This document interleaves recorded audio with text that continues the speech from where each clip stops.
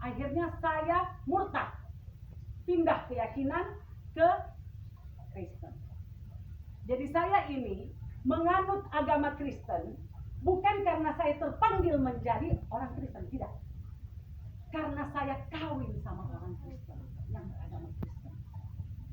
Jadi tahu, saudara-saudara pasti tahu, apalagi opak di sana, Bapak Rohadi yang dari Islam, kita sama satu suku Bugis. Tapi kalau saya suku Bugis Makassar, mungkin orang Bitung tahu bagaimana itu orang Bugis Makassar, dia punya karakter, begitulah. Sedikit banyaknya saya seperti itu. Beda tipis dengan opak. Tukang emosi, pamarah, tasungtung tadi kita pela dasar. Orang ada dia. Jadi singkat cerita, puji Tuhan. Setelah 2016 saya menikah dengan suami saya menjadi orang Kristen.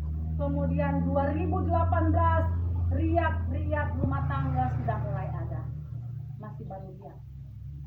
Tahu saudara-saudara itu riak? Bukan ombak ya, masih riak. Masih tipis-tipis itu DP ombak. Pong 2019 mulai ada ombak. Gelombang kecil-kecil. Pas bulan Juni besar itu ombak. Apa yang terjadi saudara? Rumah tangga saya ibarat kapal kena karang, pecah. Saya diceraikan oleh suami saya yang notabene gembel. Tidak masuk di akal kan? Tidak masuk di akal kan? Ada seorang gembala menceraikan istri yang sudah dia selamatkan dari Muslim ke Kristen, menjadi pengikut Kristen. Secara manusia, secara daging kita pikir luar biasa kan ini. Setelah kesini tahun 2019 kan saya datang di sini akhir kan Mak ya.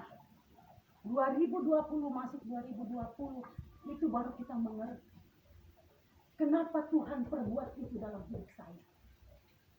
Pertama tahu apa sih itu? Jadi saya bersungguh kepada Tuhan. Kita angkat tangan, kita puasa 40 hari. Kita puasa Esther 3 hari 3 malam. Itu baru kita mengenal Tuhan. Itu baru pertama kita mau mengenal Tuhan, bukan mengenal, mau mengenal. Kita puasa. Mungkin saudara-saudara yang ada di sini puasa Esther mungkin ada yang belum pernah lagi. Kalau saya sudah 4 kali puasa. Bukan saya mau menyombongkan diri saya bahwa sudah puasa Esther, enggak. Cuma saya mau kasih tahu kesaksian hidup saya. Saya puasa Esther. Saya bersungut-sungut kepada Tuhan.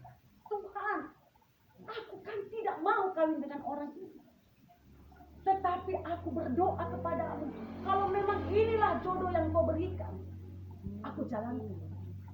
Bayangkan, kalau 48 tahun kita dalam keyakinan yang berbeda, Muslim lagi berhijab. Kok tiba-tiba ada seorang laki-laki Kristen melamar kita. Kan harus berpikir. Tapi tahu, Januari kita ketemu kita suami. Januari 2016 akhir, tepatnya 29 Januari saya ketemu. April, tanggal 26 April itu saya menikah. Jadi bisa lihat, dari Januari, Februari, Maret, April, 4 bulan. Itu pun tidak sampai 4 bulan. Saya, pada waktu itu, kalau ada yang tahu sholat tahajud, kita sholat tahajud selama 1 bulan. Kita mau meminta petunjuk. Tetapi tidak tahu kayak kita dicocok hidung, kita terima lamarannya Pak. Dan saya mengucap syukur kepada Tuhan. Setelah saya memahami, saya berdoa di sini, Tuhan bawa saya di sini. Dengan tuntunan Mama Rohani, iman saya menjadi dewasa. Saya memahami ternyata Tuhan tarik suami saya pergi dari saya untuk apa? Supaya saya tahu, saya bukan tahu tapi mengenal pribadi Tuhan Yesus. Siapa sebenarnya dia? Yang saya sembah, yang saya bersujud menyembah dia. Tuhan mau kasih tahu.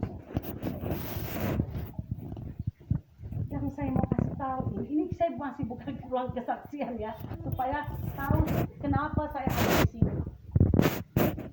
Bukan saya mau menyombongkan diri, tidak saudara-saudara. Saya selalu kasih tahu, bermegah-megah engkau anak Tuhan di dalam aku. Itu yang saya mau sampaikan. Bahwa dengan proses yang Tuhan kasih kepada pada dalam hidup saya, mau memurnikan saya, yang dari pribadi yang tidak berkenan menjadi pribadi yang berkenan. Sebelum saya lanjutkan saya punya kesaksian, mari orang buka dulu firman.